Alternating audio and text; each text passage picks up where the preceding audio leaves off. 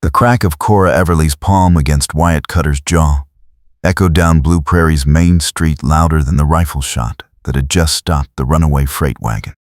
Half the town stood frozen on the boardwalk, watching the newspaper editor who'd nearly been crushed under iron-rimmed wheels, now facing down the man who'd risked his neck to save her. Wyatt didn't flinch. He stood there in the settling dust, his dark eyes steady on hers while a red mark bloomed across his bearded cheek. The wagon behind them still shuddered on its broken axle, its scattered cargo of flour sacks bleeding white across the frozen mud. Cora's hand stung, but her voice came out cold and clear. "You had no right to touch me." Wyatt's mouth tightened. "You were 3 seconds from dying." She stepped closer, her burgundy skirts snapping in the wind that smelled like coming snow. "I don't need rescuing by a man the whole territory knows can't be trusted." The words landed like stones, and something flickered behind his eyes, gone before she could name it. Around them the crowd shifted, boots scraping wood, low murmurs starting. Wyatt turned without another word and walked toward the freight office, his broad shoulders set like a man carrying weight no one else could see. Cora stood there breathing hard, her heart hammering against her ribs. She'd known Wyatt Cutter for 6 months, ever since he'd taken over as freight foreman at High Wind Ranch. He was good at his work, kept his crews moving, never drank, never caused trouble. But the whispers followed him everywhere. They said he'd ridden with outlaws down in the territories. They said he'd killed men. They said he was running from something that would catch him eventually. Cora had printed none of it in the Blue Prairie Gazette, because whispers weren't proof. But she'd kept her distance, kept her questions sharp, kept her guard up. Now her guard felt like broken glass. She'd been crossing the street with her satchel of interview notes when the freight wagon's team had spooked. She'd looked up to see 2 tons of wood and iron bearing down, the horses wild-eyed and screaming. Then, Wyatt had come out of nowhere, moving faster than seemed possible for a man his size, catching her around the waist and pulling her clear. For one suspended moment she'd been pressed against his chest, his arm iron hard around her, his breath warm against her temple. Then the wagon had crashed past, and she'd felt the shock of being touched, being held, being pulled into someone else's control. So she'd slapped him. She'd slapped him in front of everyone. Now Mary Brennan was hurrying over from the mercantile, her round face full of concern. "Cora, are you hurt?" Cora shook her head, still staring after Wyatt's retreating back. "I'm fine." Mary lowered her voice. "That was uncalled for. He saved your life." Cora turned toward the older woman, her voice sharper than she intended. "He grabbed me." Mary's eyebrows climbed. "He pulled you out of the path of a runaway wagon. There's a difference." Cora felt heat rising in her face, but she couldn't explain the panic that had flooded her when Wyatt's arm had closed around her. She couldn't explain how it felt to be that vulnerable, that suddenly dependent on someone she'd worked so hard not to trust. Instead, she bent to gather her scattered notes from the mud. "I need to get back to the office." Mary watched her with something that looked like pity. "You know what people will say about this." Cora straightened, clutching her ruined papers. "Let them say what they want. That's what I print newspapers for." She walked toward the Gazette office with her spine straight and her hands shaking. Inside the Gazette office, Cora dropped her satchel on the desk and pressed her palms flat against the scarred wood. Her heart was still racing. The office smelled like ink and kerosene and old paper, familiar smells that usually steadied her. Today, they couldn't touch the churning in her chest. She'd come to Blue Prairie 2 years ago with everything she owned in one trunk and a letter of introduction to the Gazette's previous owner. She'd worked typesetting and ad sales for 6 months before old Samuel Harding had let her write her first story. When he died last winter, he'd left her the paper in his will, and she'd kept it running through sheer stubborn will and 16-hour days. The Gazette was hers. Her words, her press, her proof that she could build something that wouldn't be taken away. But the business was barely surviving. Advertisers were pulling back. Subscriptions were down. And 3 weeks ago, she'd learned that Harrison Bly, who owned half the land around Blue Prairie, was moving to buy her out. She'd been on her way to interview the county clerk about irregularities in Bly's recent land acquisitions, when the wagon had nearly killed her. The door opened behind her. She spun, expecting Mary or one of the town gossips. Instead, Wyatt Cutter stood in the doorway, his hat in his hands. His face was unreadable. Cora's breath caught. "You need to leave." Wyatt stepped inside and closed the door. The red mark on his jaw had darkened to purple. "I came to make sure you're not hurt. I'm fine." His eyes moved over her, slow and thorough, checking for injuries she refused to admit might be there. Her ankle had twisted when he'd pulled her clear, and her shoulder ached where she'd hit the ground, but she'd walk into fire before telling him. Wyatt's voice came out low and careful. "I'm sorry I startled you." Cora lifted her chin. "You had no right to put your hands on me." "I know, but I'd do it again." The quiet certainty in his voice made something twist in her chest. She forced herself to meet his eyes. "The whole town is talking. They'll say you were reckless, that I was ungrateful, that we're both fools."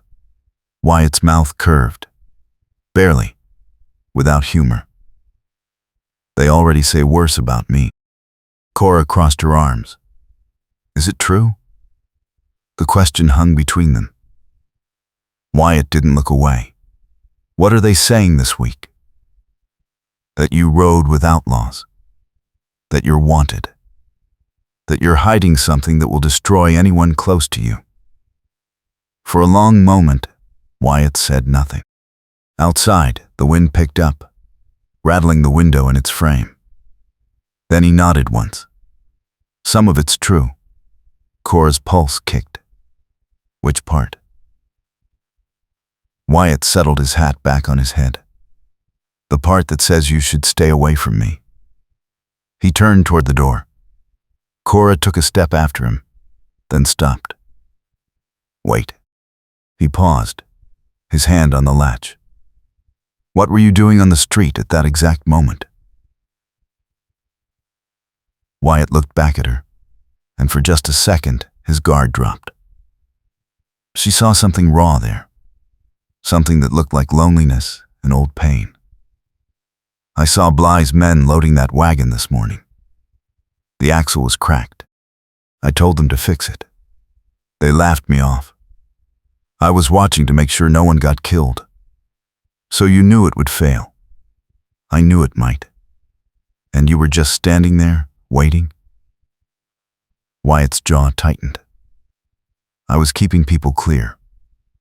You walked right into the path." Cora stared at him. "You were trying to protect the whole street." He didn't answer.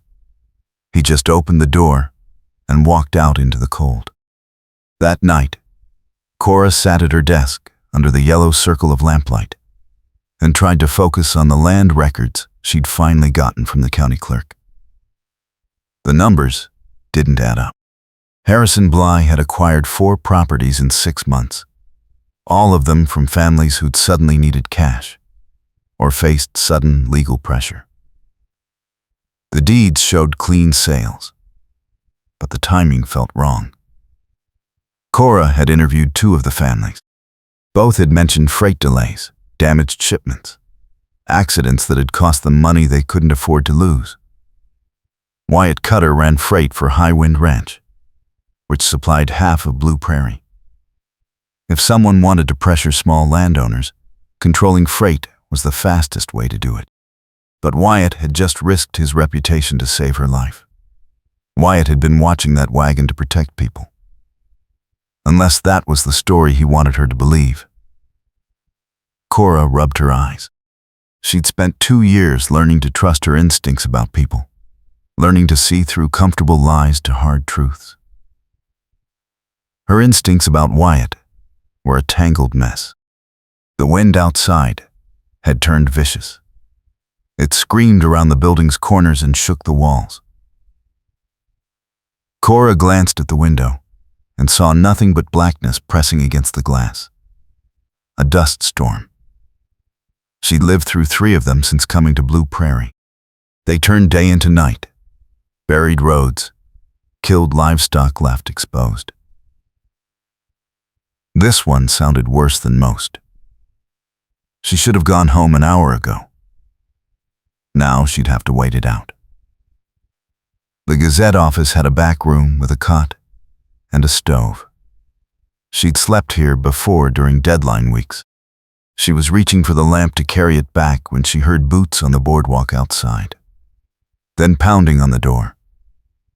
Cora grabbed the heavy type hammer from the desk and crossed to the door. "Who's there?" "Wyatt. The storm's bad. You need to get to shelter." She opened the door, and the wind nearly tore it from her hands. Wyatt pushed inside, his coat and hat covered in dust so thick he looked like a ghost. He slammed the door behind him and leaned against it, breathing hard. Cora stared at him. "What are you doing out in this?" Wyatt pulled off his hat, and dust poured from it. "I was making sure people got inside. I saw your light." Cora set down the hammer. "I'm staying here tonight. The back room has a stove." Wyatt looked at her, then at the walls shuddering under the wind's assault. "This building won't hold if the storm gets worse. You need to come to the freight office. It's brick." Cora shook her head. "I'm not leaving my press. If this place comes down, I lose everything." Wyatt's voice went flat. "If this place comes down on you, you lose more than that." They stared at each other. Outside, the wind hit a new pitch, a howl that sounded almost alive. Something crashed in the street, wood splintering. Wyatt moved to the window and looked out, then turned back to her. The Mercantile's roof just went. "We don't have time to argue." He crossed to the printing press and started examining it. Cora grabbed his arm. "What are you doing?" "Helping you move this." His eyes met hers. "You're right. You can't lose it. So, we take it with us." The press weighed 300 pounds. Wyatt got his shoulder under one side and Cora took the other. And together they half carried, half dragged it toward the door. The wind fought them for every inch. Dust poured through cracks in the walls now, filling the air with grit that burned Cora's throat. They got the press onto the boardwalk, and Wyatt kicked the door shut behind them. The street was invisible. The world had shrunk to a brown, howling nightmare. Wyatt leaned close to her ear. "Stay next to me. Don't let go." His hand found hers, strong and warm and certain. Cora gripped it like a lifeline. They moved into the storm. The freight office was only 2 buildings down, but it felt like miles. The wind tried to rip them apart. Dust filled Cora's nose and mouth. She couldn't see, couldn't breathe, could only follow the pull of Wyatt's hand and the solid presence of his body blocking the worst of the wind. Then they were through a door, stumbling into sudden stillness and lamplight. Wyatt slammed the door and shot the bolt. They stood there gasping, still holding hands, the printing press between them like a child they'd just saved from drowning. The freight office was bigger than Cora had expected. One large room with a desk, a wood stove, and shelves of ledgers and manifests. A door in the back led to what looked like a small living space. Wyatt let go of her hand and moved to close the shutters over the windows. The building barely shook. "Brick walls," he said. His voice sounded rough. "Thick roof. We'll be safe here." Cora wiped dust from her face with shaking hands. "Thank you for coming to get me." Wyatt didn't look at her. He was checking the stove, adding wood, his movements practiced and efficient. "You should sit. There's water in the pitcher. Coffee if you want it." Cora sank into the chair by the desk. Her legs felt like water. She watched Wyatt move around the room, his big frame surprisingly graceful, his face closed. Outside, the storm screamed like something dying. Inside, the silence stretched. Finally, Cora spoke. "Why did you really come for me?" Wyatt glanced at her. "I told you. I saw your light." "That's not an answer." He straightened, his eyes dark and unreadable. "No, I guess it's not." Cora stood, her exhaustion burning away into something sharper. "You want me to trust you, but you won't tell me anything." Wyatt's jaw tightened. "I never asked you to trust me. You asked me to risk my life following you into a dust storm. That requires trust." Wyatt turned away, staring at the shuttered window. The storm hit without warning. "I couldn't leave you there." Cora moved closer. "Because you're a good man? Or because you need something from me?" The question hung between them. Wyatt's shoulders went rigid. "What do you think I need?" "The truth about Harrison Bly. About the freight accidents. About why families keep losing their land." Wyatt turned slowly. His face was carefully blank. "You're writing a story." Cora lifted her chin. "I'm trying to. But I can't print accusations without proof. And every time I get close, something gets in my way." Wyatt studied her for a long moment. "You think I'm working for Bly?" The question sat on her tongue like poison. "I think you know more than you're saying." Wyatt's laugh was short and bitter. "I know a lot of things I shouldn't say." He moved past her to the back room. "I'm going to check the roof seal. Make yourself comfortable. This storm won't break before morning." Cora stood alone in the main room, listening to Wyatt's boots on the ladder above. The freight office felt too small and too large at once. She moved to the desk and found herself looking at the open ledger there. Shipping manifests, neatly written in Wyatt's bold hand. Dates, weights, destinations. Everything precise and professional. Nothing suspicious. She shouldn't be snooping. She also shouldn't be trapped in a building overnight with a man she'd publicly humiliated and privately suspected of criminal conspiracy. She turned the page. More manifests. Then a loose paper tucked between the pages. A letter written in different handwriting. "Wyatt," it began. "Your brother rode through last week asking questions. I told him nothing, but he's getting close. You need to decide what matters more, protecting her or protecting your past. If Bly finds out before you do, he'll use it to bury you both." The letter wasn't signed. Cora's hands went cold. She heard Wyatt's boots on the ladder. She closed the ledger just as he came back into the room. His eyes went to the desk, then to her face. He knew. She could see it in the tightness around his mouth. Find anything interesting? His voice was level. Cora met his gaze. You have a brother. Wyatt went still. Cora's pulse hammered. He's looking for you. And whoever wrote that letter thinks Harrison Bly knows something about your past.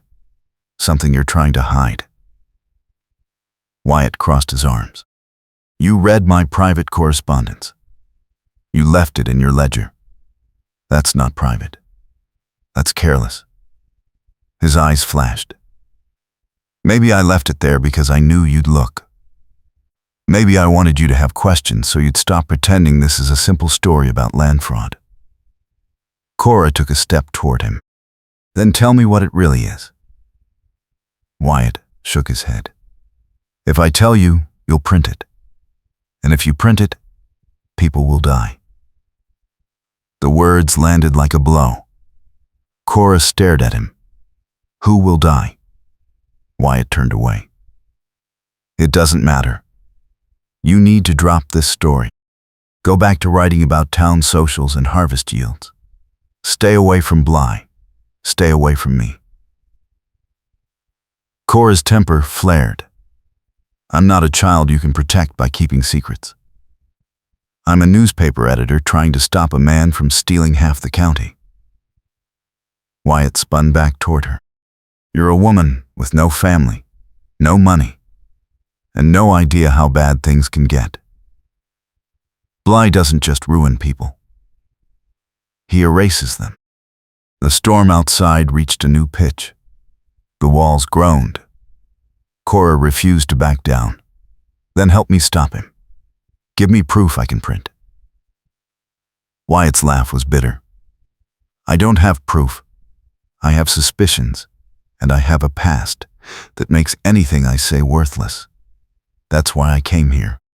That's why I took a job moving freight and kept my head down and tried to build something clean. But Bly knows what I am. He's been using it to keep me quiet. Cora's breath caught. What are you? Wyatt met her eyes. The son of an outlaw. The brother of a killer. A man who rode with bad people and did bad things before he knew better. A man who's been trying to pay for it ever since.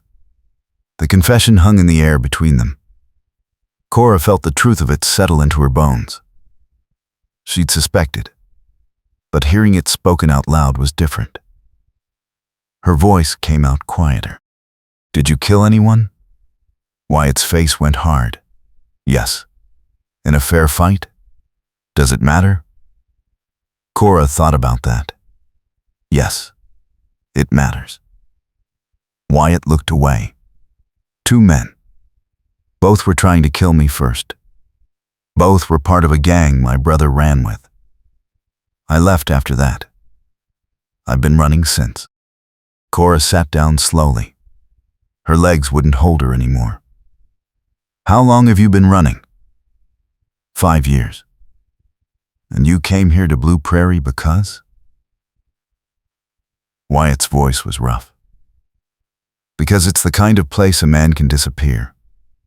Small enough to be forgotten, big enough to need workers. I thought I could do honest work and maybe that would be enough. Then Bly figured out who I was. Cora looked up at him. How? Wyatt shrugged. He has connections. Lawmen, bounty hunters, people who remember names and faces. He called me into his office 2 months after I arrived. Told me he knew everything. Said he'd keep quiet as long as I helped him. Cora's chest tightened. Helped him how? Wyatt's face was bleak. Delayed shipments to families he wanted to pressure. Lost cargo. Damaged goods. Nothing that could be traced back to him, but enough to hurt people who were already struggling. He wanted me to be his weapon. Cora stood. But you didn't do it. Wyatt met her eyes. I did it twice. Then I couldn't anymore. I've been refusing him for 3 months. That's why the wagon axle broke. He's sending me a message. Next time someone gets hurt, it'll be my fault for not cooperating. The weight of it pressed down on Cora like a physical thing. She moved to the stove and poured coffee with shaking hands. So Bly has you trapped. If you expose him, he exposes you. If you run, he'll find you. And if you stay, he'll keep using you or destroy you. Wyatt took the coffee cup she offered. That about covers it. Cora drank from her own cup, the bitter heat steadying her. What about your brother? Wyatt's face darkened. Caleb's been trying to find me for 2 years. He wants me to come back. Says the gang's grown, says they need someone smart to run things. I told him no. I keep telling him no. But he won't stop. And if he shows up here, if people see us together, if anyone makes the connection, everything I've built falls apart. Cora set down her cup. How do you know Bly will really use it? Maybe he's bluffing. Wyatt shook his head. He sent me a letter last week. It had an old wanted poster inside. My face, 5 years younger, with a different name.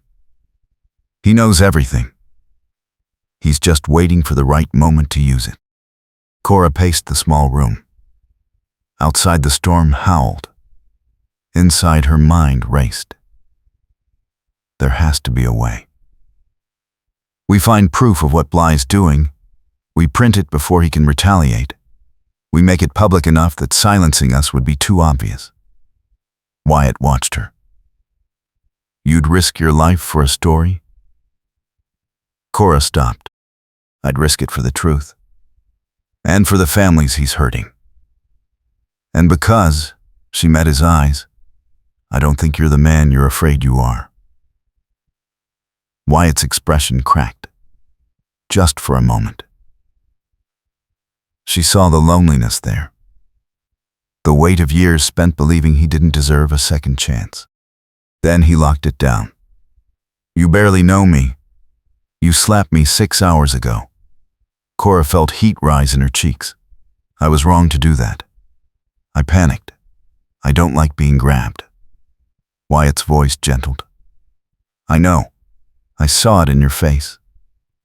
What happened? The question was too close, too intimate. Cora turned away. That's not your story to know. Fair enough. But for what it's worth, I won't touch you again without permission. She looked back at him. Even if I'm about to be crushed by a wagon? He almost smiled. I'll ask first. They sat at the desk and went through the ledgers together. Wyatt showed her the shipments that had been delayed or damaged, the patterns that pointed toward deliberate sabotage. Cora matched them to the dates when families had sold their land to Bly. The correlation was too strong to be coincidence. If we can prove he ordered the sabotage, Cora said, we can stop him. Wyatt shook his head. We'd need a witness. Someone who worked for him and heard him give orders. Good luck finding someone willing to testify. Cora tapped the ledger. What about your crews? Someone must have seen something. Wyatt's expression darkened. I already tried. 2 men quit rather than talk. 1 left town the next day. Bly's reach is long. People are scared. Cora thought hard. What if we don't need a witness? What if we can make him confess? Wyatt stared at her. How? She smiled. An idea forming. We set a trap. We let him think he's won. We offer him something he wants badly enough to get careless. Wyatt leaned back. And what does Harrison Bly want badly enough to risk exposure? Cora met his eyes. Me. The Gazette. If I offer to sell, if I tell him I'm desperate and willing to deal, he'll push for terms. He'll want concessions. He'll want leverage. And men like him can't help bragging when they think they've won. Wyatt's face went hard. No, absolutely not. Cora crossed her arms. Why not? Because you'd be putting yourself in his hands. Because he's dangerous. Because if it goes wrong, you'll lose everything, including your life. She leaned forward. And if we do nothing, he wins anyway. At least this way we're choosing the terms. Wyatt stood and paced. The storm outside was finally starting to ease. Dawn wasn't far off. If you go to Bly, I'm coming with you. Cora shook her head. He won't talk if you're there. He knows you're against him. I need to go alone. Over my dead body. She stood and faced him. Wyatt, you hired me to protect people. Now I'm trying to protect you. His voice dropped. And I'm trying to protect you. The words hung between them, weighted with something neither was ready to name. Cora's pulse kicked. Why? Because, Wyatt said slowly, in the last 6 hours you've become the first person in 5 years who looked at my worst truth and didn't run. Because you're brave and smart and stubborn as hell. Because the idea of Bly getting his hands on you makes me want to put my fist through a wall. And because I'm tired of running. Cora's breath caught. She'd spent 2 years building walls around herself, learning to trust only what she could control. Now this man with his dangerous past and his broken certainty was standing in front of her, offering something she thought she couldn't have. She reached out slowly and touched his arm. Wyatt went very still. I need you to understand something, she said quietly. When I came here, I left behind a man who said he loved me and then tried to own me. He controlled my money, my time, my words. When I finally got free, I swore I'd never let anyone have that kind of power again. That's why I slapped you. Not because you hurt me, but because for 1 second I felt powerless. Wyatt covered her hand with his. I'm not him. I know. She looked up into his eyes. But I need to know you see me as an equal.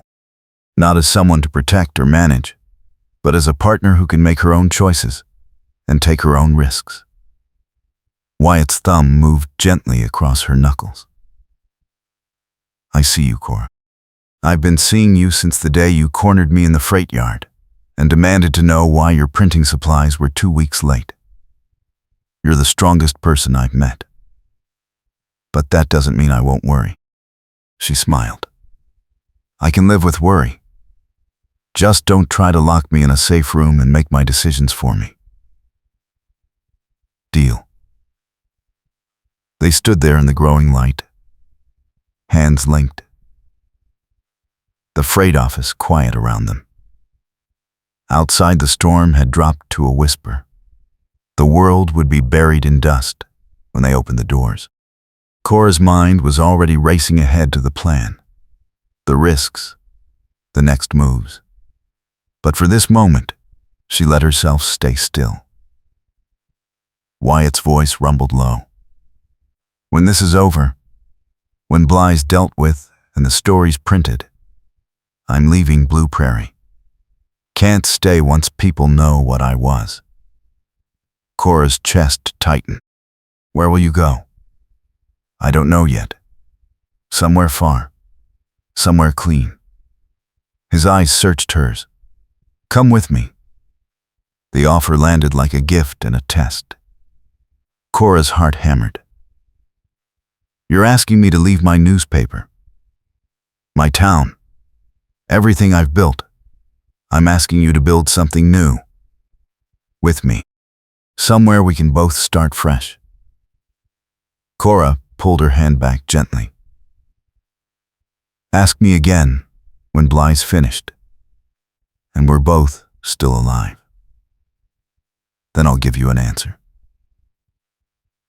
Wyatt nodded slowly. That's fair. But just so you know, I'm asking because I can't imagine walking away from you now that I've found you. And I don't say things I don't mean. The words settled into Cora's chest and took root. She'd think about them later. Right now they had work to do. She moved to the window and opened the shutters. The street outside was buried under 2 feet of dust. The sky was turning pale. Wyatt came to stand beside her. Storm's over. We should check on people. Make sure no one's hurt or trapped. Cora nodded. Then I need to go see Bly. Wyatt's jaw tightened, but he didn't argue. If you're going to do this, we need to plan it right. We need to make sure you're safe.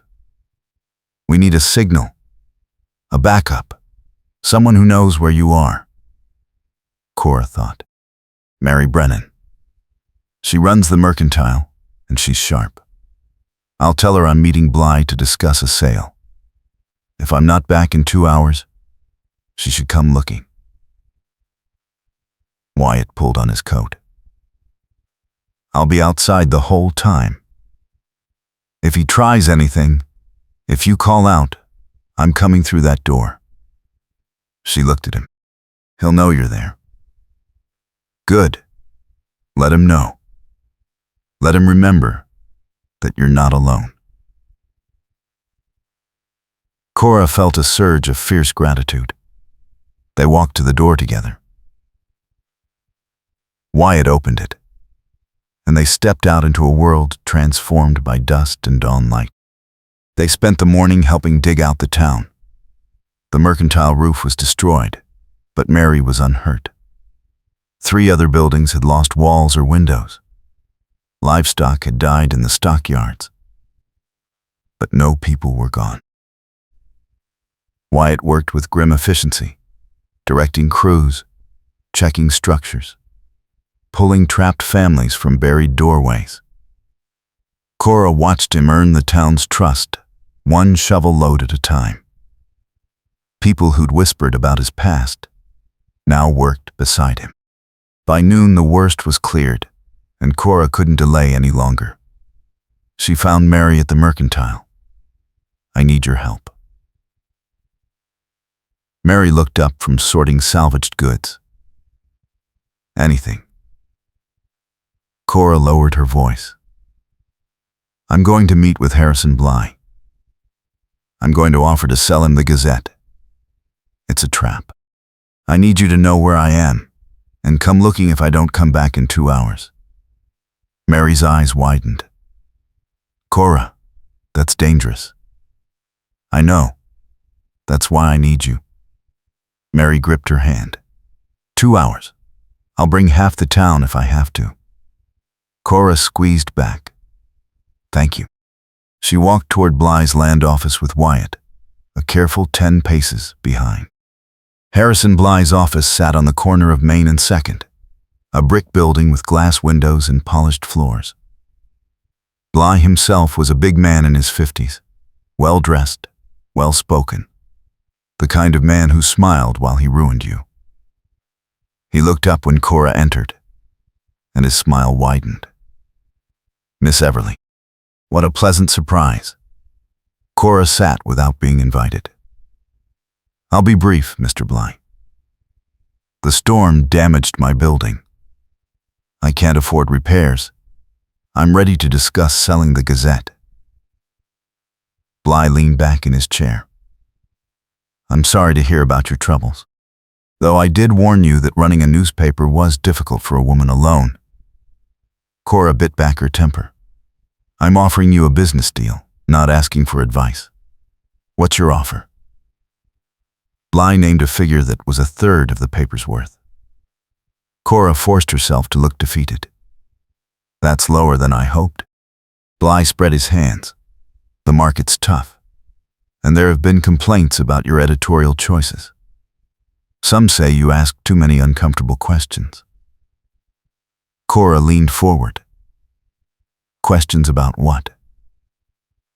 Bly's smile didn't waver. About property transfers. About accidents. About men like Wyatt Cutter. Careful men don't appreciate that kind of attention. Cora's pulse kicked, but she kept her voice steady. I'm just trying to report the truth. Bly laughed softly. The truth is what people believe, Miss Everly. And people believe what I tell them to believe. Cora forced herself to look uncertain. If I sell to you, what happens to my staff? There is no staff. It's just you. Bly's eyes were cold. And once the sale is complete, you'll leave Blue Prairie. Go somewhere quiet. Stop asking questions. Cora swallowed. And if I don't want to leave, then I'll make sure everyone knows about your association with Wyatt Cutter. How you spent last night alone with him in the freight office. How he saved your life, and you slapped him, and then ran to him when you were scared. The town will draw their own conclusions. Cora felt ice in her veins. That's blackmail. That's business. Bly stood and moved to the window. Let me be clear, Miss Everly. You've been a thorn in my side since you arrived. You print stories that hurt my reputation. You ask questions that make people nervous. I've been patient because I respect ambition, but my patience has limits. Sell me the paper, leave town, and we're done. Refuse, and I'll destroy you. I'll destroy Cutter. I'll make sure neither of you have a place anywhere in the territory. And don't think your little partnership will save you. Cutter's a wanted man. One telegram to the right marshal, and he's done. Cora stood slowly. She needed him to say more. You keep mentioning Wyatt. What exactly do you know about him? Bly turned from the window. I know he's Jesse Cutter's brother. I know he rode with the Rafferty gang 5 years ago. I know there are bounties on his head in 3 territories. And I know he's been refusing to cooperate with me, which is a mistake. Men like him don't get to refuse men like me. Cora kept her voice level. Cooperate how? Bly smiled. Small things. Delayed shipments. Lost cargo. The kind of accidents that make stubborn families reconsider their options. Cutter did it for a while. Then he grew a conscience. So I've had to find other methods. The wagon yesterday was a reminder. Next time someone gets hurt, I'll make sure it's someone he cares about. Cora's hands clenched. You admit you sabotage freight to force land sales. Bly laughed. I'm admitting nothing that could be proven. But yes, Miss Everly, that's exactly what I do. And I'll keep doing it until I own everything worth owning in this county. Now, do we have a deal or not? Cora met his eyes. No deal. I'm not selling. And I'm printing everything you just said. Bly's face went dark. You have no proof. I was recording you. Cora pulled a small notebook from her pocket, every word written down. And Wyatt Cutter heard every word through that window behind you. She pointed. Bly spun. Through the glass, Wyatt stood on the boardwalk, his face hard as stone. Bly turned back to Cora. You stupid girl. Do you have any idea what you've done? Cora backed toward the door. I've done my job.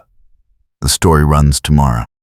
And if anything happens to me or to Wyatt, I've left copies with 3 people who will make sure it gets printed anyway. Bly's voice dropped to a snarl. You think you've won? You think this little trick makes you safe? I will bury you. I will destroy your paper, your reputation, and everyone you care about. And Cutter will hang. Cora opened the door. We'll see. She stepped out into the street. Wyatt moved immediately to her side.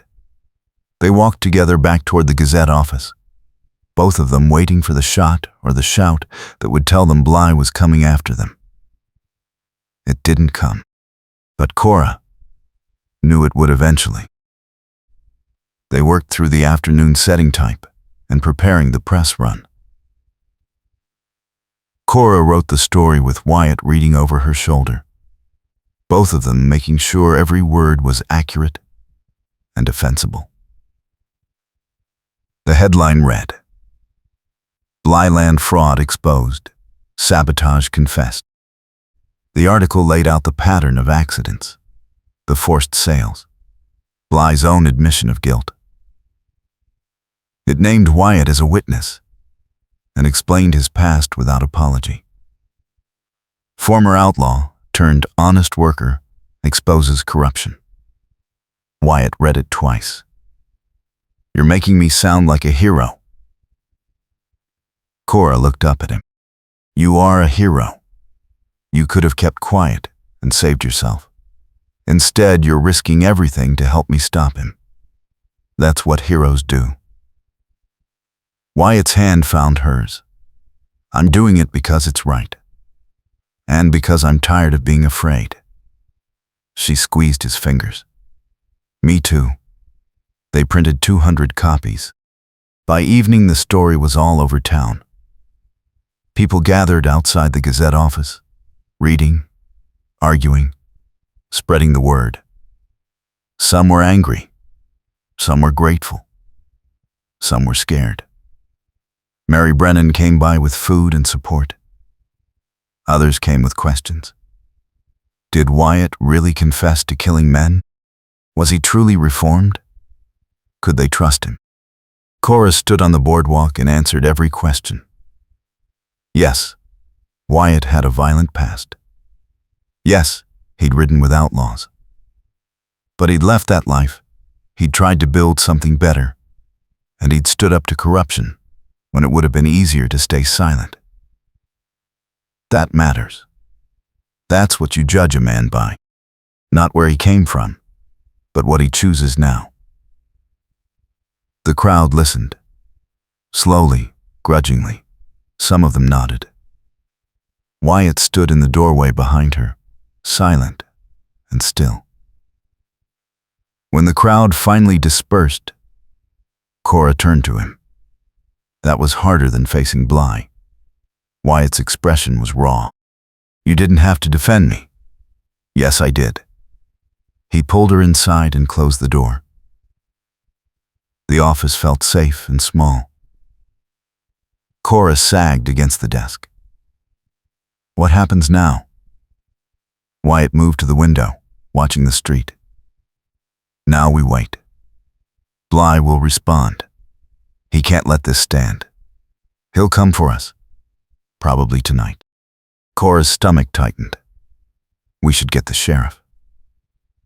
Wyatt shook his head. "Sheriff Carson's been taking Bly's money for years. We're on our own. So what do? We prepare." They spent the next hour barring windows and checking weapons. Wyatt had a rifle and a revolver. Cora had her father's old shotgun, kept under the desk for years, and never fired. Wyatt showed her how to load it, how to brace it, how to aim. His hands were patient and steady. "If it comes to shooting, aim for center mass and don't hesitate." Cora's hands shook. "I don't want to kill anyone. I know. But I need you to be ready just in case." She nodded. They took positions by the windows and waited. The town went quiet as full dark fell. Hours passed. Nothing happened. Cora's nerves were stretched wire thin. Maybe he won't come.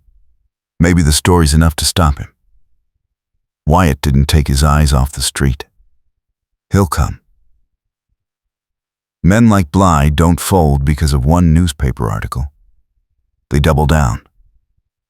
Then why hasn't he hit us yet? Because he's planning something bigger than a midnight attack. He wants to send a message that will make everyone forget your story and remember only his power.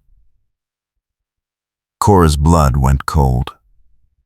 What kind of message? Before Wyatt could answer, orange light flickered outside. Cora looked out the window, and her heart stopped. Fire. The Highwind Ranch barn was burning. Wyatt cursed and grabbed his coat. That's half the town's winter hay. If it burns, people starve. He headed for the door. Cora grabbed her coat and followed. You're not going alone. Wyatt spun. Cora, he set that fire to draw me out. If I go, he'll have me. If you don't go, innocent people lose everything. They stared at each other. Then Cora grabbed the shotgun. So we go together and we watch each other's backs. Wyatt's expression cracked. You're the stubbornest woman I've ever met. I know. He kissed her then, hard and quick and desperate. When this is over, we're leaving together. You hear me? We're both getting out alive, and we're starting over somewhere clean. Cora kissed him back. Deal. Now let's go save that barn. They ran into the night toward the fire that lit the sky like hell come to earth. The barn was an inferno. Flames climbed 50 feet into the black sky. Heat hit Cora like a wall. Half the town was already there with buckets, forming chains from the well, throwing water that hissed into steam and did nothing. Wyatt pushed through the crowd toward the barn doors.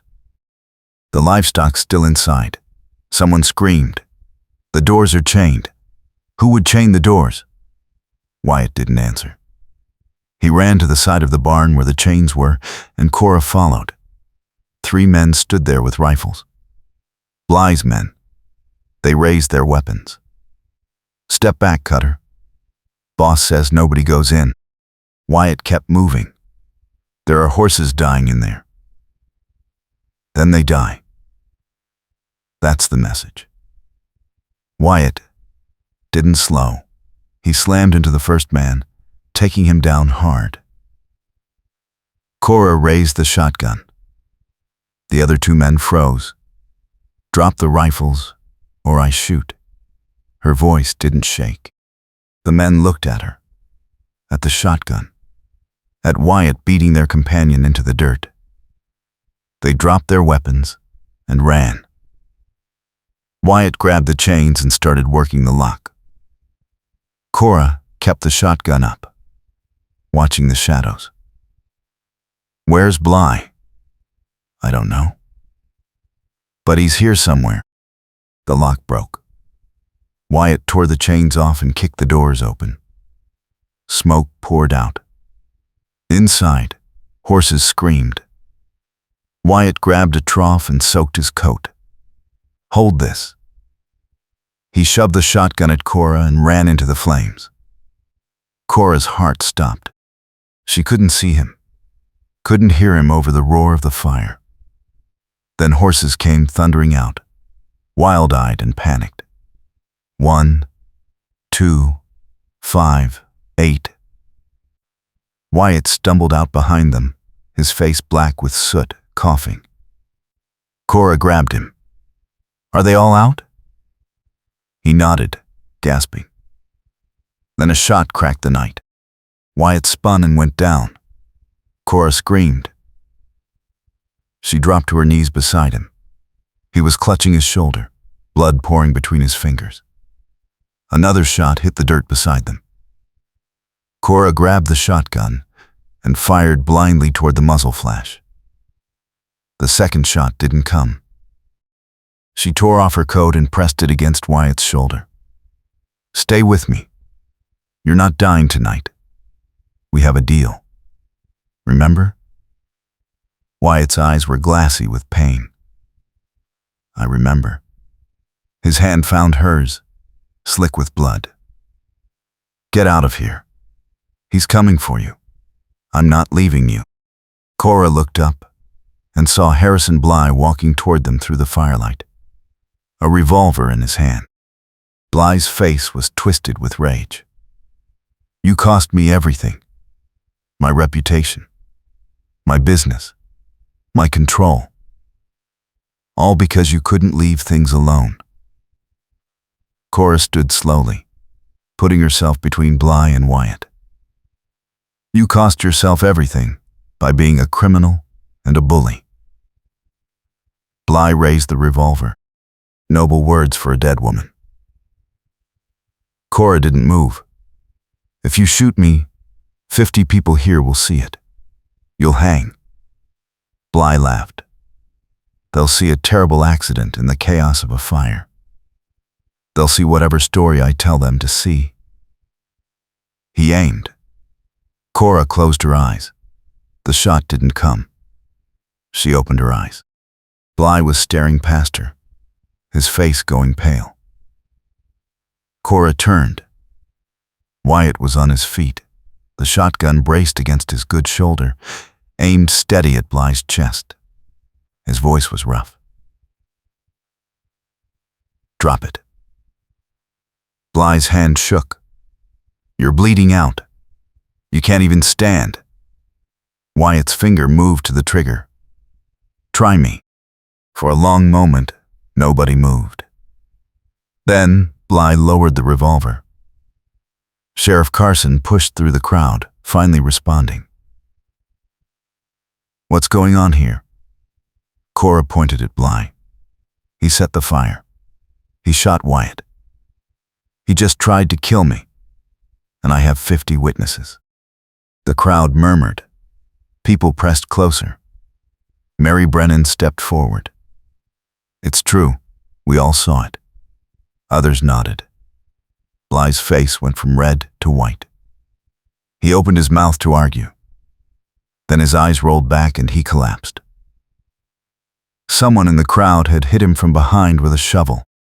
The townsperson who swung it was one of the families forced to sell their land. That's for my farm. Sheriff Carson looked around at the crowd, at the burning barn, at Wyatt bleeding and Cora standing defiant. He sighed. Somebody get the doc. Somebody put out that fire. And somebody lock Harrison Bly in my jail before I decide to let this crowd hang him. 2 men grabbed Bly and dragged him toward town. The doctor came running. Cora helped Wyatt sit while the doctor worked on his shoulder. The bullet went through clean. You'll live if you don't do anything stupid. Wyatt looked at Cora. Too late for that.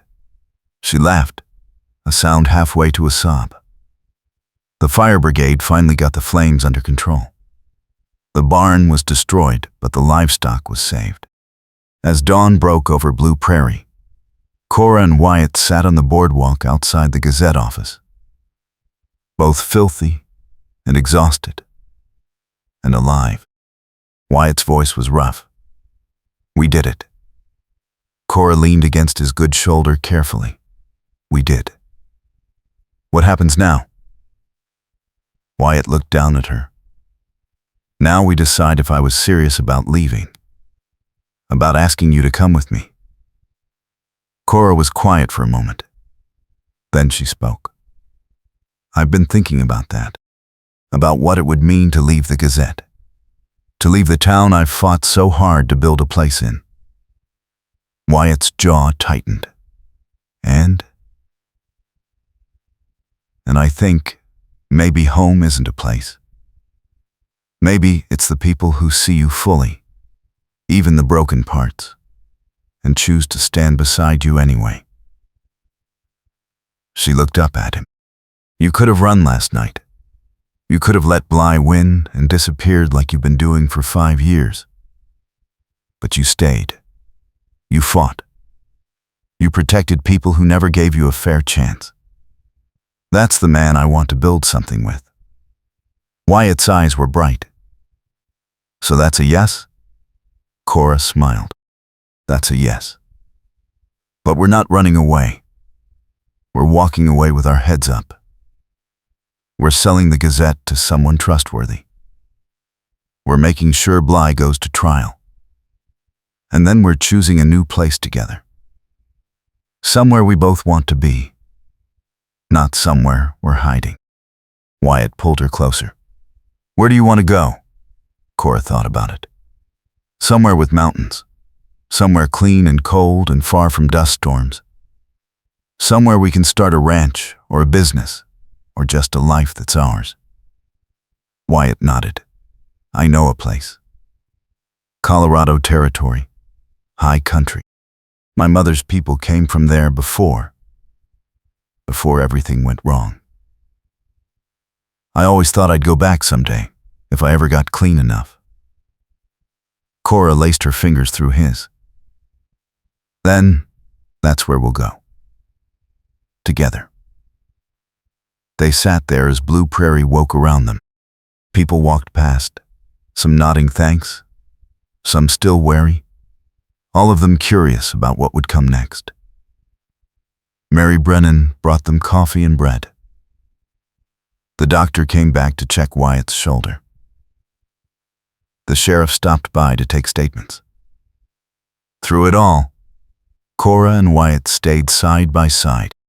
By afternoon, the town council had called an emergency meeting. They voted to hold Harrison Bly for trial. They voted to seize his properties as evidence. They voted to offer Cora Everly a formal commendation for her courage in exposing corruption. Cora stood before the council and thanked them. Then she announced she was selling the Gazette and leaving Blue Prairie. The room went silent. Mary Brennan stood. Why? After everything you've done, everything you've built, why leave now? Cora looked at Wyatt, standing in the back of the room. Because I've learned that courage isn't just about standing your ground.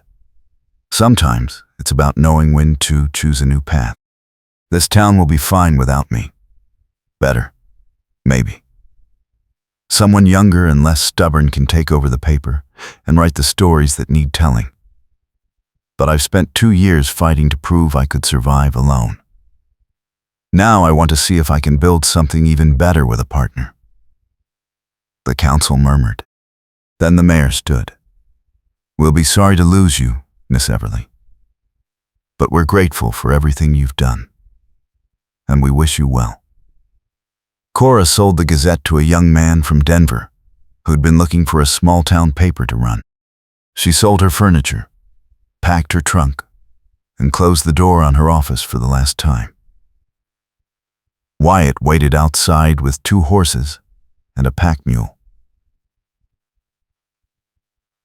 You ready? Cora looked back at Blue Prairie one last time. The town looked small and dusty and ordinary in the afternoon light. But it had been home. It had been where she'd learned to be strong. I'm ready. They rode out of Blue Prairie on a cold, clear morning in late autumn. The sky was enormous and blue. The prairie stretched forever in all directions. Brown grass bending under wind that smelled like snow. Cora rode beside Wyatt, her new rifle in its scabbard, her heart lighter than it had been in years. Behind them, Blue Prairie disappeared into the horizon. Ahead, the mountains rose like promises. Wyatt glanced over at her. Any regrets? Cora smiled. Not one. You? Wyatt reached across the space between their horses and took her hand. Best decision I ever made was saving your life. Cora laughed. Even though I slapped you for it? Especially because you slapped me for it. Showed me you had fire. I've always liked fire. She squeezed his hand. Good. Because I'm not planning to stop being stubborn or difficult or dangerously curious. Wyatt grinned. Good. Because I'm not planning to stop being a reformed outlaw with bad judgment and a protective streak. Sounds like we're going to have an interesting life. Wyatt leaned over and kissed her. Quick and warm. Count on it. They rode through winter into the high country. They found a valley with clean water and tall pines, and land nobody owned yet. They filed a claim. They built a cabin. They worked side by side, clearing fields and raising walls and planning a future that felt impossible and real at the same time. Wyatt's past caught up once more when his brother Caleb rode into their valley 6 months after they arrived. He came looking for Wyatt to rejoin the gang. He left 3 days later, convinced by Wyatt's steady refusal and Cora's Winchester that there was nothing for him there. After that, the past stayed buried. Spring came. Cora planted a garden. Wyatt brought home horses to start a breeding string. They talked about children. They talked about opening a trading post. They talked about the life they were building, one choice at a time. On their first anniversary, Wyatt gave Cora a ring made from silver he'd traded for at the nearest settlement. It wasn't fancy, but it fit. Cora gave him a letter she'd written the night before they left Blue Prairie, sealed and saved for this moment. He opened it and read, "I don't know what tomorrow brings, but I know I want to face it with you. Whatever comes, we'll handle it together." That's what love is. Not safety, not certainty, but choosing each other even when it's hard. Especially when it's hard. Thank you for being the man who saved my life and then trusted me to save my own. Wyatt looked up from the letter with bright eyes.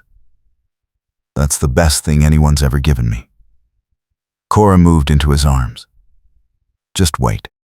I'm planning to give you 50 more years of stubborn partnership and dangerously curious questions. Wyatt kissed her, deep and slow. I'm counting on it.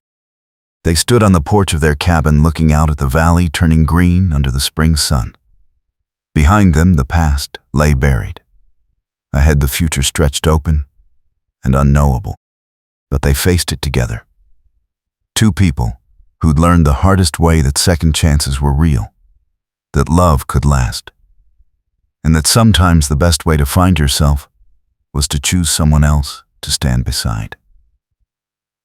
Blue Prairie was 500 miles behind them. The life they'd left was gone, but the life they'd built was better. It was earned. It was chosen. It was theirs. And that was enough.